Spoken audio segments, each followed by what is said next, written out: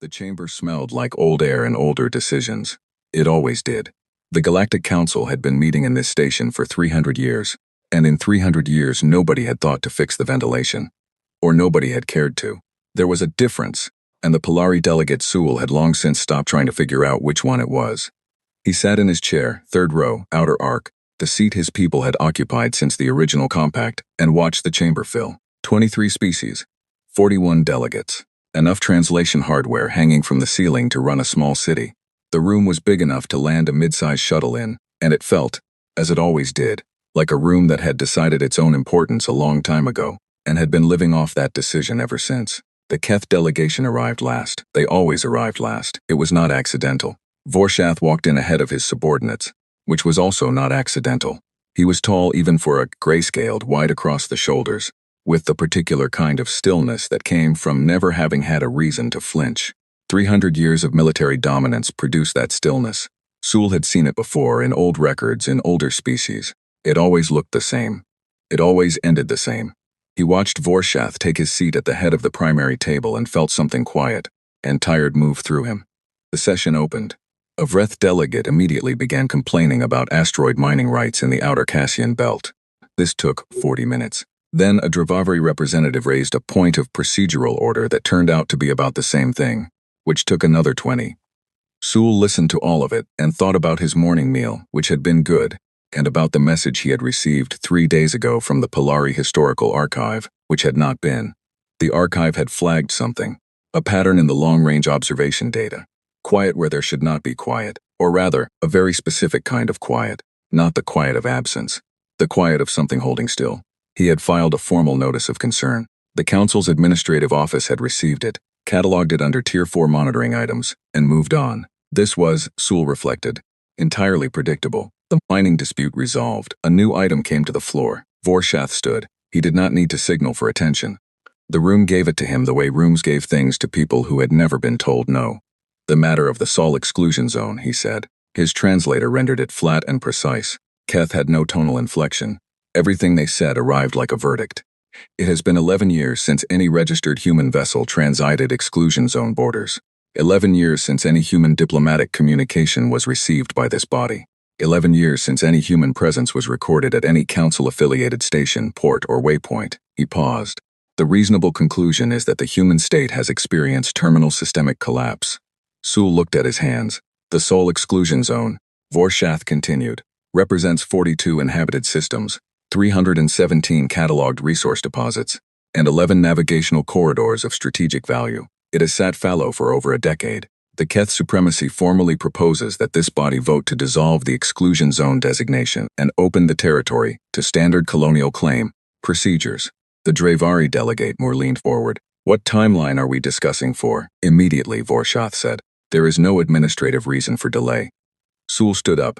He did it slowly because he was old and his joints had opinions about standing, but he stood, and the room noticed. The Polari were not a large species and they were not a powerful one, but Sewell had been sitting in this chamber for 60 years. He had a kind of weight that had nothing to do with size. I object, he said. Vorshath looked at him, not unkindly, the way something large and certain looks at something small and inconvenient. Delegate Sewell. On what grounds? On the grounds, Sewell said, that 11 years of silence from a species that has survived every attempt to remove them from the galaxy is not a death certificate. It is a warning. The chamber made a sound that was not quite laughter and not quite dismissal. Something between the two, designed to be polite about its rudeness. The humans, said the Tharvan delegate, a young one, new to her seat, had a peak fleet capacity of roughly 900 vessels at their last recorded census. They had no unified military doctrine. Their technology, while creative, was not assessed as. I know what it was assessed as, Sewell said. I also know what it was assessed as 300 years ago, before the First Contact War, and 200 years ago before the boundary conflicts. Each time the assessment was wrong. Each time, the galaxy learned this in a way it found difficult to recover from. With respect, said Vorshath, and there was that tone, the tone of someone using the phrase to discard what came before it. Those conflicts were prosecuted by a different Keth military command, under different conditions, against a human civilization that no longer exists in that form. The humans who went quiet 11 years ago were a fragmented post-crisis species with significant internal political failures and declining industrial output. The evidence strongly supports The evidence, Sewell said, resports whatever story we decide to tell about it. Silence. He sat back down, his joints complained. The vote was called. 21 for dissolution of the Soul Exclusion Zone. 2 against. Sewell's Polari vote, and the Orth delegate, a small species with long memories who voted with Sewell on almost everything and never said why. The resolution passed. The administrative secretary began the formal language of the annexation document. Vorshath sat down with the satisfaction of a thing that had gone exactly as expected. Moore was already pulling up navigational charts. The Tharvin delegate was marking resource priorities on a shared data table. The chamber had moved on with the efficient energy of a body that had just done something it considered routine. Sewell looked at the ceiling. The ventilation hummed. He thought about the archive message, the quiet that was not absence, the particular stillness of something holding still. He thought about the First Contact War. He had read the records so many times they lived in him now like furniture. The initial human losses, the signing, the withdrawal, the 40 years of nothing, and then the return. He thought about the officer who had commanded the human fleet on the day they came back. The records quoted her pre-engagement address to her crew. It had been 6 words. "We built. Now let's go home." 6 words. He was still thinking about them when the long-range sensor array screamed. Not an alert, not a warning tone, a scream. The sound the system made when it encountered something that broke the parameters of what it was designed to expect. Sewell had been in this chamber for 60 years, and he had never heard it make that sound. The chamber stopped. Every delegate, every aide, every translator and administrative staffer stopped. The annexation document hung half-finished on the main display. Moore's navigational charts froze mid-load. The tactical officer on duty, a Keth, of course. The Keth ran Council Station security, looked at his board. Then he looked at it again. Then he said something in his own language that the translation system rendered, a little uncertainly, as contact. Vorshath was on his feet before the word finished. Classification, unknown. The officer's voice had gone flat in the way voices go flat when the brain is moving too fast for tone. Single contact, deep space, bearing 774 relative, distance. Distance, Vorshath said, closing fast, sir, very fast. It was not there 20 seconds ago. The main display shifted. The annexation document disappeared, replaced by the long-range tactical feed, and there it was, a single white point, moving on the display at a speed that made the scale bar on the chart look like a suggestion. No transponder signal, no running lights, no identification band, just a mass reading that the sensor system was, in real time, visibly struggling to calculate correctly, because it kept returning numbers that could not be right. "Hail it," Vorshath said. The communications officer sent the standard hail, council frequencies, all bands. Please identify, please identify, identify. The white point moved. It did not answer, it did not slow down. Sewell watched the display. He watched the point move, crossing distance that should have taken hours, crossing it in the time it took the administrative secretary to stop breathing, and the Tharvin delegate to push back from the table and Moore to grab the edge of his console with both hands. It was heading here. It had been heading here since before the sensors found it. It had always been heading here. Vorshath was issuing orders. The Keth fleet was moving. The 400 warships in council orbit, beginning to shift into formation. The kill net pattern that had ended every military confrontation the Keth had chosen to have for the last century. 400 ships. The most lethal formation in the known galaxy. Not a question. An answer to a question nobody had asked yet. The white point kept moving. On the display, the mass reading finally resolved. The sensor system gave up trying to classify the contact and simply reported the number. The number was wrong. It had to be wrong. Nothing was that big. Sewell looked at the number. He looked at it for a long time. Then he looked at the display, at the single white point crossing the chart at impossible speed, and he thought about the 6 words. "We built. Now let's go home." And then, on the tactical display, in the space between 1 second and the next, the white point stopped being a point. It expanded. The sensor return bloomed outward into shape and dimension, and hard angles and scale. And the scale was wrong. The scale was all wrong. And the chamber was very quiet now, the kind of quiet that had nothing polite in it. And Vorshath stood at the head of the tactical display and looked at what had just appeared in council space. The ship had decloaked. Sewell closed his eyes. He had known, in the way of someone who has been watching the sky long enough to recognize what kind of cloud brings what kind of weather, that this day would come. He had filed his notices. He had cast his votes. He had stood up in this chamber and said the word warning into rooms that were already deciding not to hear it. Now the room was hearing it. Too late, but hearing it. He opened his eyes. The ship was on the display. Every sensor array on the station was locked onto it now, feeding data. And the data was coming back wrong in every direction. Wrong size, wrong power signature, wrong materials composition, according to anything in the database. Wrong in the way that things are wrong when they were built by someone who had stopped caring what the database said. Vorshath was standing very still. The killnet formation was complete. 400 warships. Every gun in council space pointed at one target. The ship did not stop, it did not evade. It did not hail, it flew at standard cruise speed, through the killnet, through the middle of 400 warships that were watching it, with every targeting system they had, and it flew the way something flies when it already knows the ending. The communications board lit up. Incoming signal. On a human frequency. The first human communication in 11 years. The communications officer looked at Vorshath. Vorshath nodded. The signal opened. One voice. A woman. Tired in the way of someone who had been building something for a long time and had just put the last piece in place. You voted on our space, she said. That was your mistake. The signal closed. Sewell sat in his chair in the third row of the outer arc, in the seat his people had occupied for 300 years, in the chamber that smelled like old air and older decisions, and he thought, yes, there it is. The ventilation hummed. Nobody else moved. Her name was Yara Voss, and she had not slept in 31 hours. This was not unusual. In the last 11 years it had become, if not usual, then at least familiar. The long arithmetic of preparation stretching into days and weeks, until the days and weeks stopped having edges and became simply the work. The work was its own kind of time. She stood at the forward observation post of the Pale Resolve and looked at 400 warships arranging themselves around her. The display tracked them in green. Each one tagged, each one resolved into specifications, engine class, weapon load, shield rating, crew capacity, because the Pale Resolves. Passive Sensor Suite had been pulling data from Council military bands since before she decloaked, and what it pulled, it filed, and what it filed, it knew.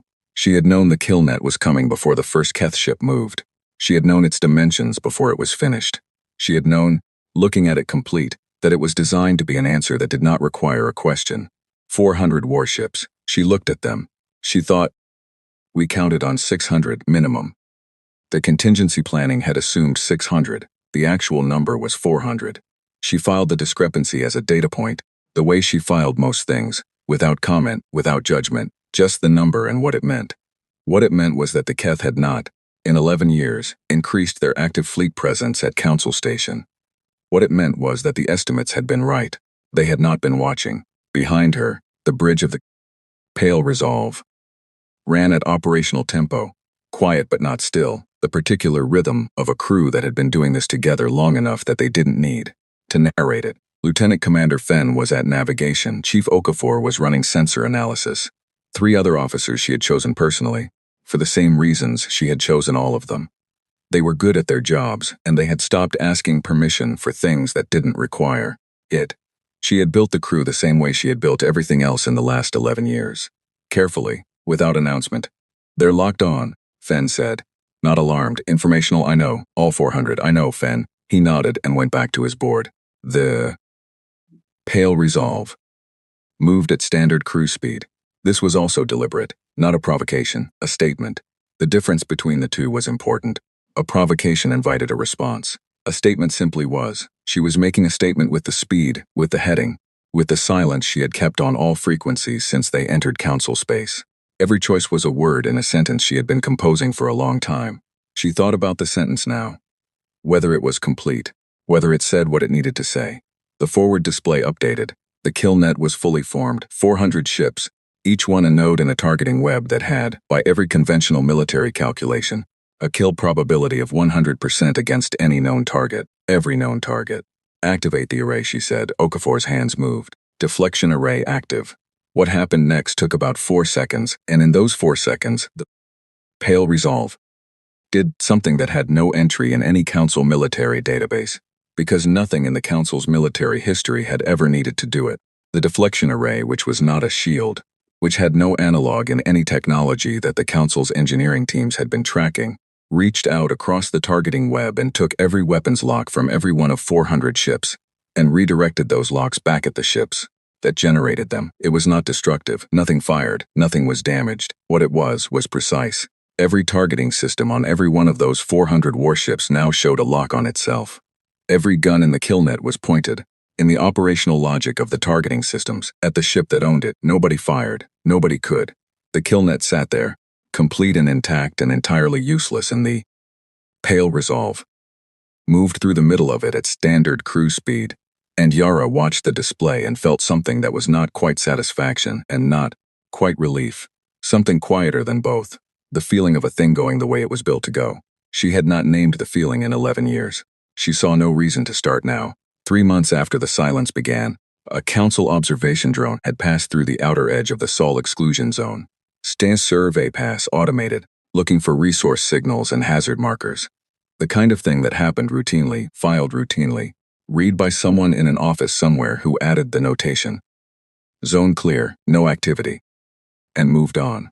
Yara had been at that point 60 meters underground in a facility that did not appear on any map the council had access to, watching the hull plating go onto the third frame of the Pale Resolve's secondary drive assembly. She had watched the drone's approach on the perimeter sensors, watched it complete its pass, watched it log its notation, watched it leave. It had seen nothing. By that point, the facility had been operating for 2 years. Pale Resolve was 18% complete. She thought about that drone sometimes. Not with contempt, the council had done exactly what it could reasonably be expected to do. You sent drones, you logged notations, you assessed based on what you could see. This was rational.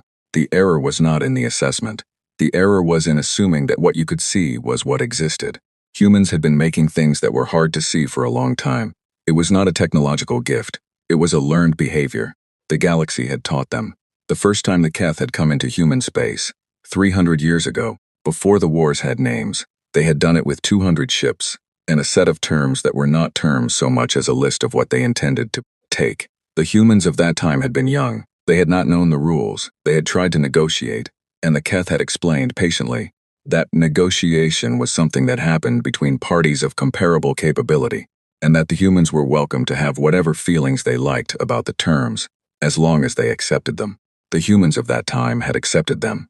Then they had gone home. 40 years later they came back. The ships they came back with did not look like the ships that had lost. That was the thing the histories never quite conveyed. It was not incremental improvement. It was as if the humans had taken the experience of losing and done something to it, run it through some interior process and produced, on the other side of that process, something that the people who had made them lose were not prepared for. The Keth, in the histories, described this as unexpected, as if it was a surprise, as if the 40 years of silence had been anything other than what it was. Sul of the Polari had written, in his own historical analysis, that the Keth and the species like them suffered from a failure of imagination. Not technical imagination. They could imagine new weapons, new formations, new tactics. What they could not imagine was interiority. What happened inside the people they defeated. What defeat felt like from the inside and what it built. Yara had read that analysis 14 times. She kept it on her personal terminal, not because she needed reminding, because it was the most accurate single description of what the last 11 years had been that she had ever encountered in any document produced by any species. She turned from the observation post and walked to the command chair. She did not sit in it. She never sat in it during operational phases. She stood behind it, hands on the back, and looked at the tactical display. The council station was ahead. She could see it on visual now, a structure that had taken 300 years to build, layered with additions and modifications from a dozen species, enormous and complicated and lit up with the running lights of the fleet it was trying to hide it behind. She thought about the woman in the photo in her cabin. Then she stopped thinking about it. That was a thing for later. Later was a place she had been building toward for 11 years, and she was almost there, and she would not spend the remaining distance with her attention anywhere but here. Open a channel to the council, she said. Channel open, said Okafor. She looked at the station. She thought about everything she had built, and everyone who had helped her build it, and the 48 months of simulations, and the arguments she had won, and the arguments she had lost, and the morning 2 years ago when the Pale Resolve had cleared atmosphere for the first time under its own power, and she had been on the bridge alone because she had sent the crew out on a scheduled maintenance rotation so that she could be alone for it, just for that first morning. She looked at the station and thought, we wanted to be left alone. Then she said, you voted on our space. That was your mistake. She cut the channel. Behind her, the bridge was quiet. Fen turned in his chair. He was young, Fen, 32. He had been 21 when the work started. He had grown up inside this project the way you grow up inside anything that takes longer than you expected and changes you in the process. He said, "What now?" "Now we wait," Yara said. "They'll call back." She was right. The council channel opened 4 minutes later. A different voice this time. A translator's neutral tone, carrying Vorshath's words at one remove. "Unidentified human vessel. You are in violation of 17 council regulations regarding unauthorized military transit through." "I know," Yara said. "You can list them for the record if you want. It'll give your administrative staff something to do while your admiral thinks." She cut the channel again. The bridge was very quiet. Then Chief Okafor made a sound that was not quite a laugh, a small sound. Contained. Professional. "Sorry," he said. "Don't be," Yara said. She walked back to the observation post and looked at the kill net intact and useless, and at the 400 ships sitting in it with their guns, pointed at themselves, and at the station beyond them, and she thought about what she had spent 11 years building, and what it had cost and what it was going to do, and she felt the tiredness in her the way she always felt it. Not as a complaint, but as a record. She had been keeping that record for a long time. It was almost full. "Sir," said Okafor, "message from Earth. Second phase is authorized." She nodded. "Prepare the package. Ready on your signal." She looked at the station. She thought about the vote they had taken that morning. 21-2. Her space. Her people's space. Voted on like a line item in a budget, she said. The data package left the pale resolve at the speed of a standard broadcast signal, and it went everywhere. Every ship in the kill net. Every sensor array on the station. Every monitoring band the council operated in this sector. It was not encrypted. It was not coded. It was a public document, formatted for maximum clarity, designed to be read by every tactical officer in council space simultaneously. It was a list. Ship names. Specifications, armament, location. 216 entries. Yara watched the display. She watched the kill net, which had not moved in 12 minutes. She watched the station, where the lights were not dimming, but somehow looked like they should be. She thought about Sul of the Polari, who had voted against the annexation. She thought about the filing she had intercepted 3 years ago. A Tier 4 monitoring notice. Language careful and academic, saying in the polite vocabulary of someone who had been ignored before. This silence is not an absence. She thought about whoever had written that filing, sitting in that chamber for 60 years watching. She hoped he was there today. She thought he was. Somewhere on the station, a Keth officer was reading the list, reading the numbers. Running the calculations that you run when you receive a document like that, the arithmetic of force multiplication and fleet coverage and engagement windows. Running them and getting the same answer every time, no matter how many times you ran them. She had run those calculations herself. They only produced one answer. She stood at the observation post of the pale resolve and looked at the 400 ships that could not fire, and felt the tiredness in her, the full and complete record of 11 years, and thought, almost done. The chamber broke along its fault lines. Every governing body has them. The old divisions, the historical grudges, the alliances of convenience that hold until holding is no longer convenient. 300 years of Keth dominance had papered over most of the council's fault lines. But paper is what it was, and the data package had burned through it in the time it took to read the first 10 entries on the list. Moore of the Dravari was on his feet. His voice, translated, came out flat and urgent. The Keth assured this body that the exclusion zone was being monitored.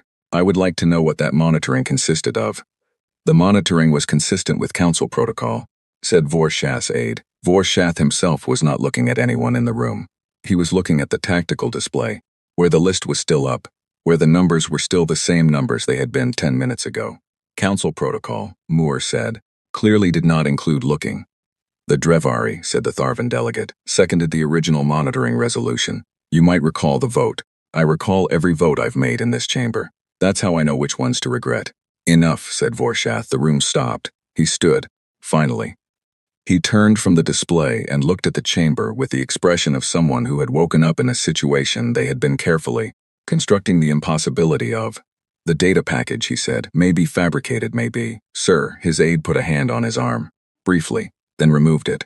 "Our sensor arrays have confirmed 17 of the listed contacts, the ones closest to exclusion zone borders. The readings match the listed specifications." The room absorbed this. Sul of the Polari sat in the third row of the outer arc and watched the chamber and thought, there it is.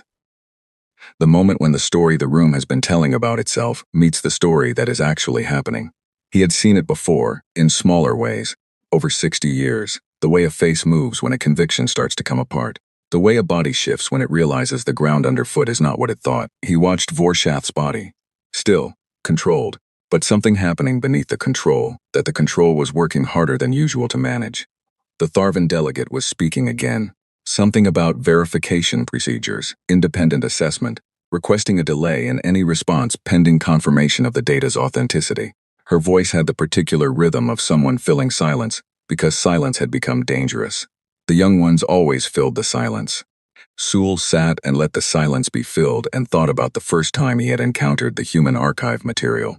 He had been 12 years into his service, as Pilari historical consultant, and someone had flagged an anomaly in the pre-council records. A species that appeared 3 times in different archive collections, under different names and with a 50-year gap between the second and third appearances. He had gone looking. What he found had taken him 6 months to fully read. Not because it was long. Because it was difficult. Not technically, the translation matrices handled it well enough. It was difficult the way some things were difficult.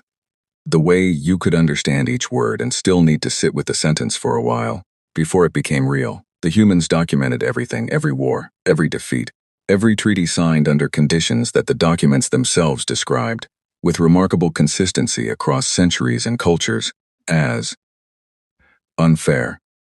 They documented what they felt about those defeats with a specificity that Sewell had not encountered in any other species archive.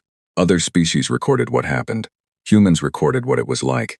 He had read accounts from the First Contact War, not the Keth accounts, the human ones, ground level, personal records, the voices of people who had lived through the years after the signing, the aftermath of being told that the terms were what they were, and that was that. There was grief in those records. There was anger. There was something underneath both of those things that Sewell had spent years trying to name correctly. Determination was too clean a word. Stubbornness was too simple. The closest he had found, working across translation matrices and idiom gaps, was something like, the decision that this will not be the ending. Not a plan, not yet, just the refusal to accept that the story was over. Sitting with the refusal for 40 years, letting it become the foundation of everything built on top of it. He thought about that foundation now. The chamber was still arguing. Vorshath's aide was pulling up sensor confirmation data. The Dravari and the Tharvan were no longer technically allies and were demonstrating this, loudly. The administrative secretary had stopped trying to document the conversation and was staring at the main display. The main display still showed the list, 216 ships. Sewell stood up. He did it slowly. As always, his joints, as always, had opinions. The room, as always, gave him the particular quality of attention that 60 years in a chair produces. Not deference, exactly. More like the instinct to wait and see. I would like, he said, to say something about the historical record. Vorshath looked at him. Flat. Heavy Delegate Sewell, it will take 3 minutes, Sewell said, possibly 4. I am old and I talk slowly. Please, a beat. Then Vorshath sat down. Something in the gesture, the sitting, the giving of the 3 minutes, told Sewell more than anything the Admiral had said. In the last hour, a being who believed the ground was still solid didn't sit down like that. Sewell looked at the chamber, all of it. The 23 species, the 41 delegates, the ceiling with its translation hardware, the display with its list. 300 years ago, he said, a Keth fleet entered human space with a list of terms. The humans accepted those terms, then they withdrew. For 40 years, we, the Council, the watching species, the various powers who considered themselves interested parties, interpreted that withdrawal as defeat, as proof that the conflict had concluded, that the matter was settled. He paused. When they returned, after those 40 years, the species that had given them the terms found itself facing something it had no preparation for, because it had spent 40 years assuming the matter was settled. The room was quiet, not the argumentative quiet of before, a different quality.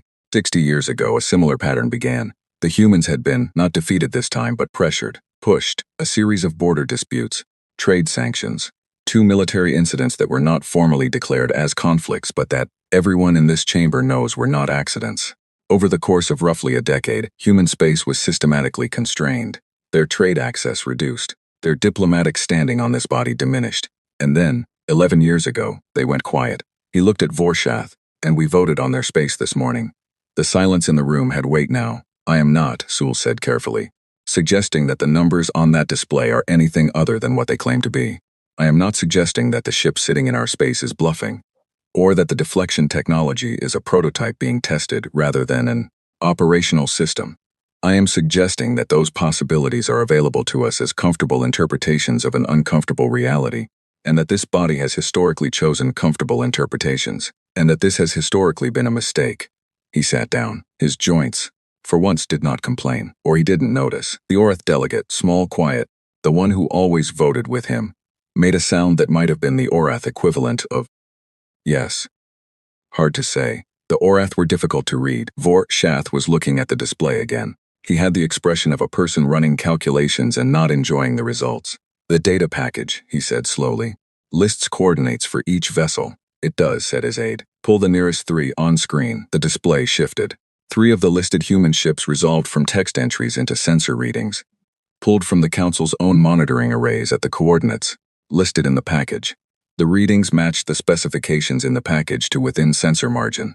3 of 216. The chamber did not make a sound. Moore of the Drevery sat down very carefully, the way you sit down when your legs have decided they have opinions. Vorshath stood looking at the 3 readings for a long time. Then he said, pull the rest. Sir, it would take approximately, pull them. It took 12 minutes. The display updated in real time as each contact resolved, each one a white point on the tactical chart, each one tagged with the name and specifications from the list, each one sitting exactly where the list said it was sitting.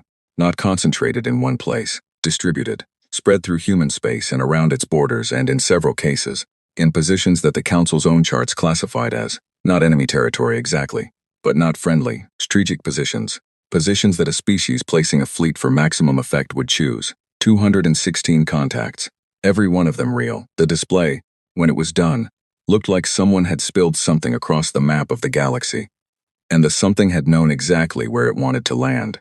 Sewell looked at it. He thought about the archive material, the ground-level voices from 300 years ago, the refusal to accept that the story was over. He thought about 40 years of building, then 11, the patience in that, not the passive patience of waiting, but the active patience of working, every day, toward something specific and far away. He had not encountered that quality in many species. The ones that had it had usually acquired it the same way.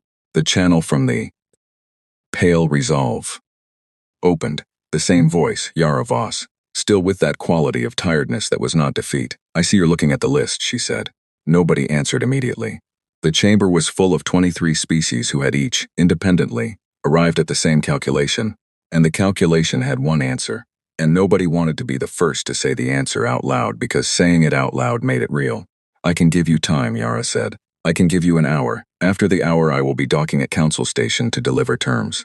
I would prefer the chamber to be in session when I arrive. A pause. If it would help, I will tell you now that the terms are not designed to be punitive. They are designed to prevent this conversation from needing to happen again. Another pause. An hour. The channel closed. Vorshath sat with both hands flat on the table in front of him. He was looking at the display. He said very quietly, to no one in particular, how. His aide said nothing. 11 years. There were monitoring sweeps. There were observation passes. How do you build? He stopped, looked at the display, the 216 contacts, the positions, the specifications. How do you build this without us knowing? Sewell almost said. The same way you built your fleet, without asking our permission. He didn't. There was a time for that, and this wasn't it. There would be enough time for that kind of accounting later, in the long years of adjustment that were going to follow today. Today had its own work. He said instead, they are very good at building things they don't want found. Vorshath looked at him. Sewell met the look. It is the central thing about them. It always has been. Every species in this chamber has a central thing. The Keth have military projection. The Drevari have resource extraction. The Polari have, he paused, old habit. We the humans have this. They make things, they hide them. And then, when they choose to, they show them. The chamber was quiet. On the display, 216 white points sat where they sat and did not move and did not need to. Vorshath looked at them for a long time. Then he said, we have 59 minutes. The docking bay of Council Station was built to accommodate many things. It was not built for the pale resolve. The ship had to park at the external hard dock. The framework used for vessels too large for the bays. The kind of framework that saw use maybe 3 times a decade when a Keth carrier needed resupply. The pale resolve docked at it the way a grown thing fits into the space that was sized for a smaller version of itself. It fit, but only just. And the station's infrastructure made a number of concerning sounds in the process that the engineering staff chose to classify as within tolerance, rather than examine too closely. Yara walked through the docking corridor alone. This was also a choice. She had offered Fen the walk as a joke, and he had looked at her with the expression of someone who knows when they're being tested and doesn't want to fail the test. And she had told him she was kidding, and he had visibly not been sure. And she had left him on the bridge with Okafor and the sensor feeds and the channel open. The corridor was long. Station corridors always were, built by committee, extended over centuries, full of the architectural evidence of every decision that had ever been reconsidered. Sool lighting fixtures next to Keth, conduit casing next to something in the walls that nobody could identify, because the species that installed it had not been heard from in 80 years. The galaxy in cross-section, running about 40 meters between her and the chamber doors. She walked it at the same pace she walked everything, not slow, not fast. The corridor smelled like recycled air, and what she'd come to think of as official. Every station, every government building, every place where decisions got made and then pretended they had been inevitable. They all smelled like this, like something was being processed. She thought about the first time she had walked into a council building. She had been 26, junior attaché. The meeting had been about trade corridor access, the kind of meeting that produced 18-page documents full of phrases like mutually agreeable framework and pending further review, and resulted, after 6 months of further review, in exactly the access reduction that the Keth had wanted from the beginning. She had sat in the back of the room and watched the process and understood, in the specific way you understand things when you are 26 and paying close attention, that the process was not a process. It was a performance. The decision had already been made. The performance was for them, for her, for the human delegation, so they would feel they had been heard. She had gone home after that meeting and applied to the engineering directorate. 21 years ago. She reached the chamber doors. 2 Keth guards flanked them, standard security, the kind that was present at every council session as a matter of procedure. They were very large and very still, and armed with weapons that their targeting systems currently would not allow them to use on a specific set of targets. They opened the doors. The chamber looked the same as she remembered it, bigger in person than the schematics. The translation hardware on the ceiling caught the light and scattered it. The table was an oval, enormous, built to accommodate bodies ranging from the 1-meter Orath to the 2.5-meter. 23 species, 41 delegates. Every eye in the room on her. She walked to the human seat. It had been empty since the silence began. Someone had cleaned it, kept it. She noticed that whoever maintained this chamber had not removed the chair, had not filled the space with something else. She filed it without comment. It was a data point. She sat down. The chamber was very quiet.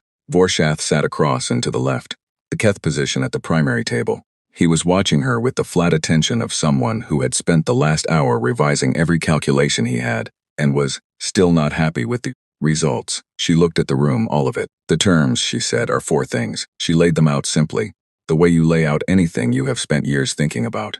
Without preamble, without softening, without the diplomatic language that performed accessibility while practicing obscurity.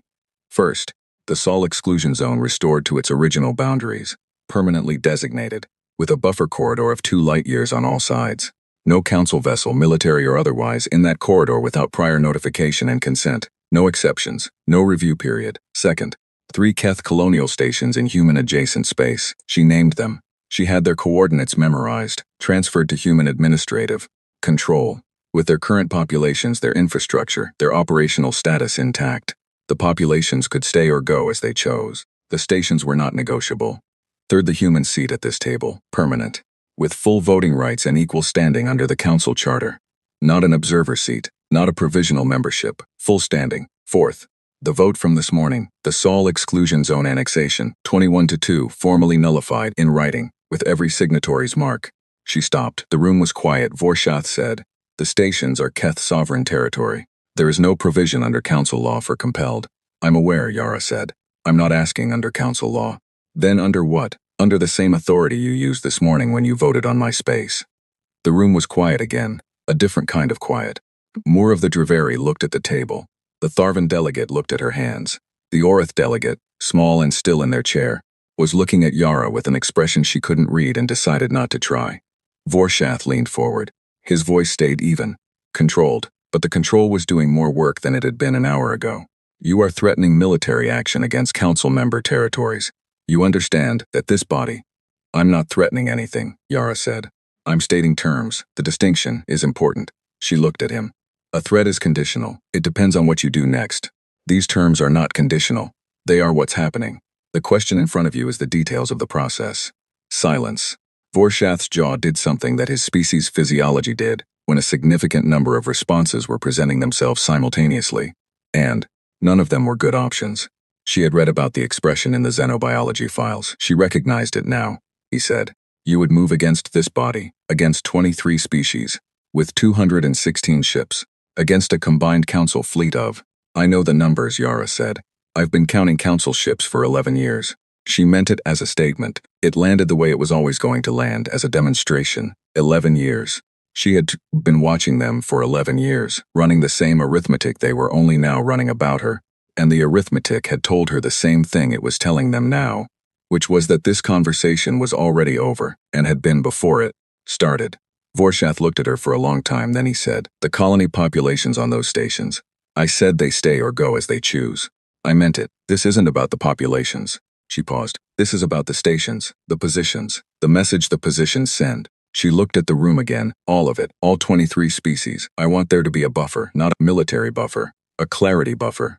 A clear line in space that says, this is where human territory is, this is where it stops. This side of the line, you're welcome. Other side of the line," she stopped. "We'd prefer you didn't," Moore said from his seat quietly. "Why didn't you do this before, years ago? You had the capability, at some point in those 11 years. You had the capability. Why didn't you?" He stopped, realized, perhaps, how the question sounded. But Yara did not look offended. She looked at him with the expression of someone who had been waiting for that question. Not eagerly. "The way you wait for something that needs to happen. Because we didn't want to," she said. The room was very still. "We wanted to be left alone," she said it simply. No performance in it, no anger. Just the sentence sitting there, doing its work. We were never interested in the galaxy in the way that the galaxy seems to be interested in itself. We don't want the stations in principle. We don't want the fleet. We built the fleet because you kept making it necessary." She looked at Vorshath. "You voted on our space this morning. That vote is the reason I'm here. Not the vote today, the pattern of votes. The decisions made in this room over 60 years. The access reductions and the trade sanctions and the border incidents that were not accidents and the monitoring sweeps that were designed to find nothing and did. Every one of those was a choice. Every one of those said, you don't matter enough to be left alone." She looked at the table. We disagreed. Sul of the Polari in the third row of the outer arc made a sound, very small, barely audible. The kind of sound a person makes when they have been carrying something for a long time and something shifts.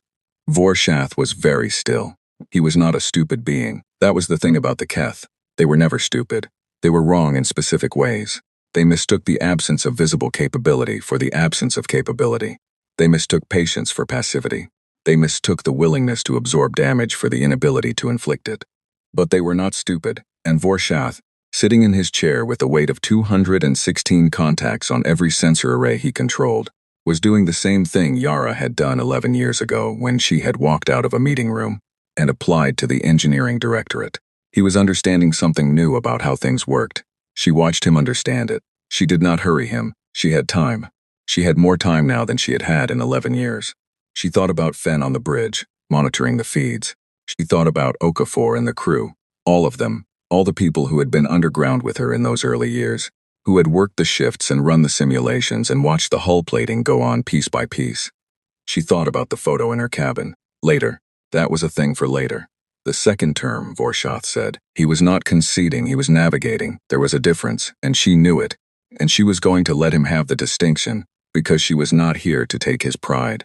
She was here to take the stations and the vote and the permanent seat. And those three things she would not move on. "The stations are not negotiable," she said. "But I'm open to a timeline for transfer of administrative control, 90 days. Vorshath looked at his aide. His aide, after a moment, nodded once. Vorshath looked at the table, at the display behind her, which still showed the list, still showed the numbers, still showed what 11 years looked like when you did the work. Then he looked at her. "The fourth term," he said. "The vote this morning, you want it nullified, in writing," she said.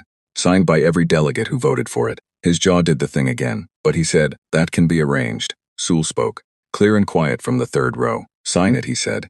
The room looked at him. He was looking at the table, not at anyone in particular. Old and tired and present in the particular way of someone who has been waiting for a long time for a specific thing and has now seen it. Sign it, he said again, all of it. The room was quiet. The Mir of the Dravari picked up the stylus, and one by one, starting from the seat farthest from Vorshath and moving around the table in the slow, significant rhythm of a thing becoming official, they did. Pale resolve.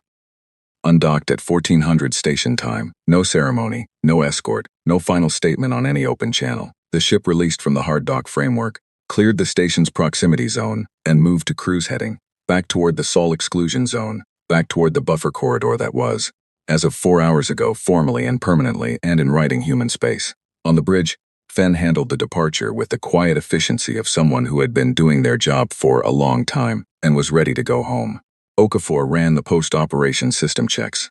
The rest of the crew moved through their stations in the low-energy rhythm of a ship that had done the thing it came to do and was heading back. Yara was in her cabin. She sat on the edge of the bunk, not lying down, just sitting.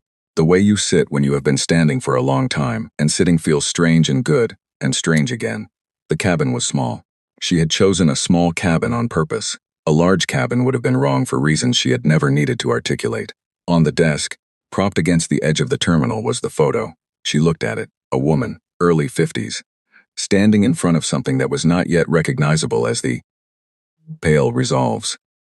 Forward hull, because in the photo it was still just the first frame, raw material, the skeleton of a thing that did not exist yet.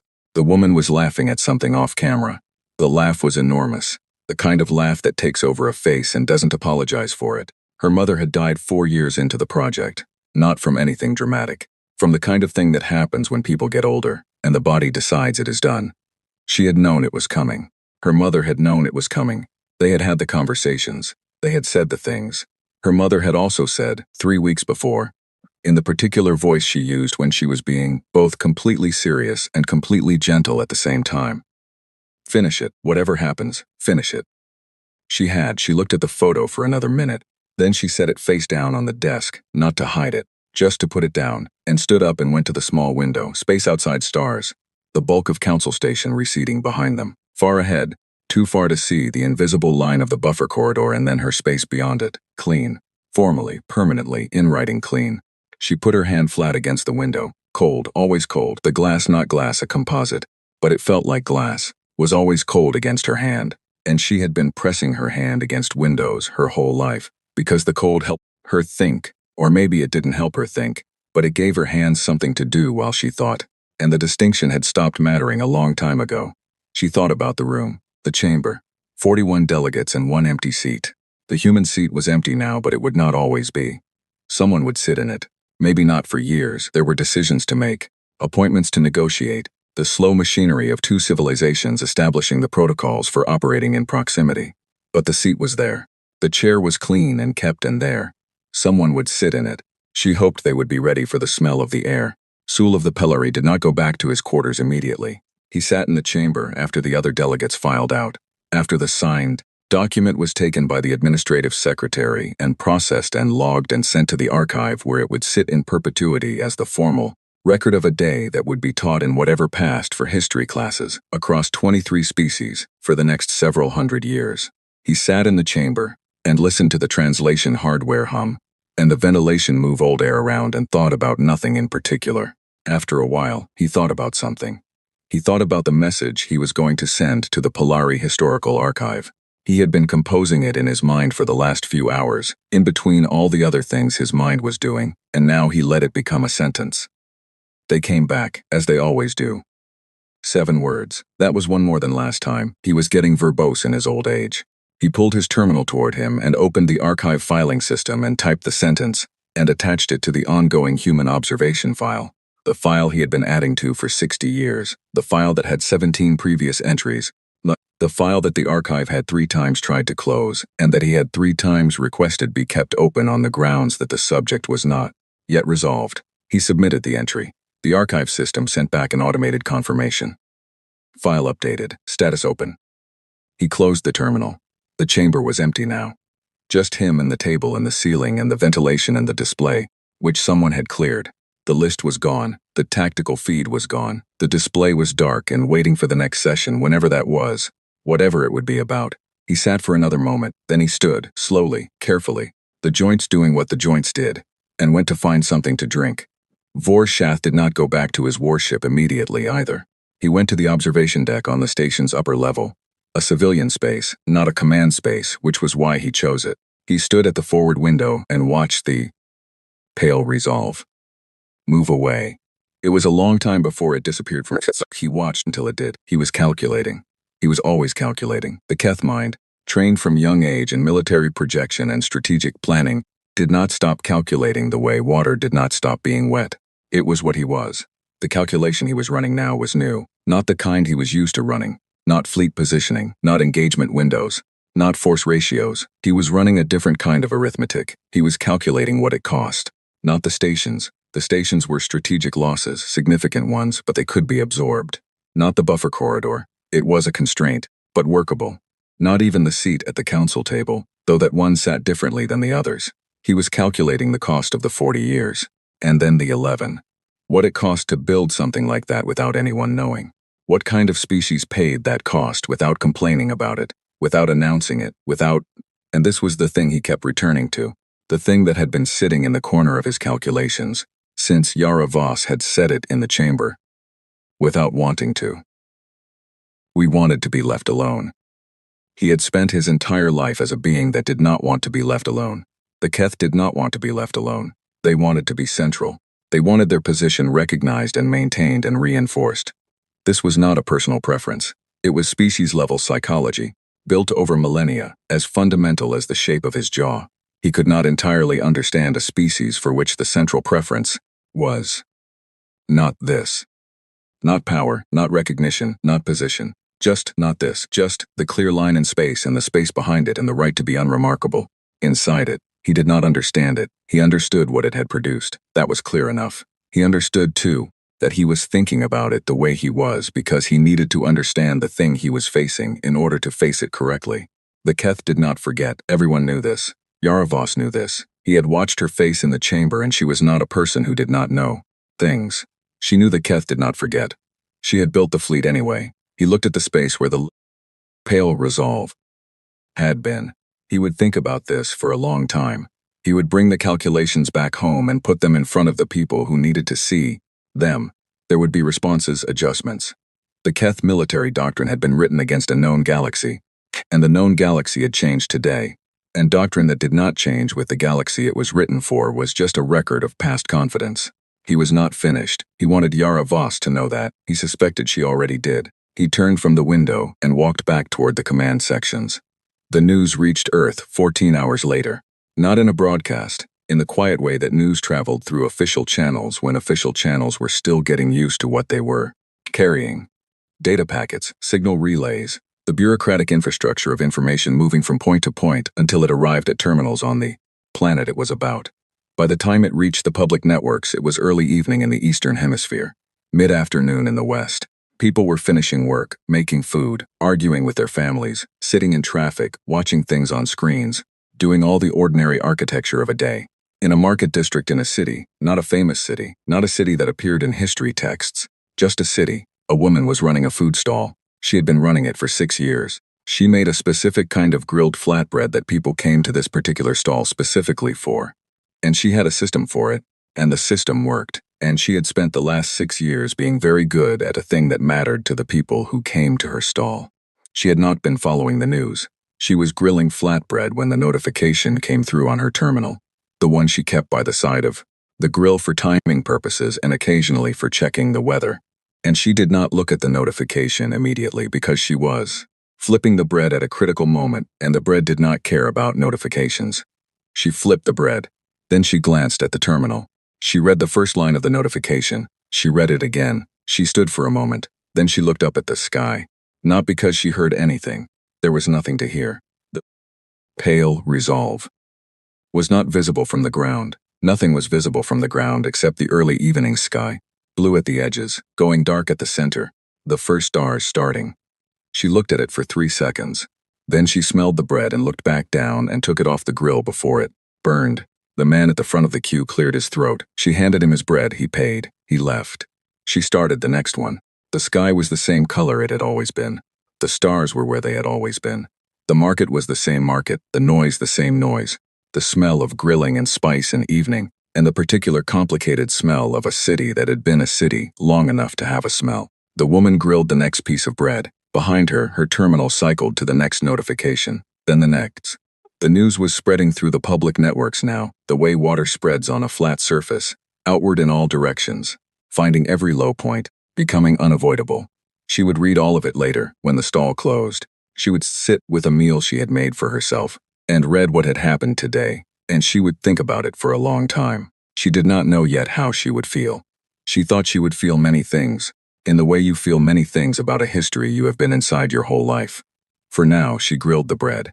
Above her, somewhere past the blue that was going dark, that was full of stars that looked the same as they always had, the pale resolve moved through space at cruise speed heading home. It had not fired a single weapon. It had not needed to.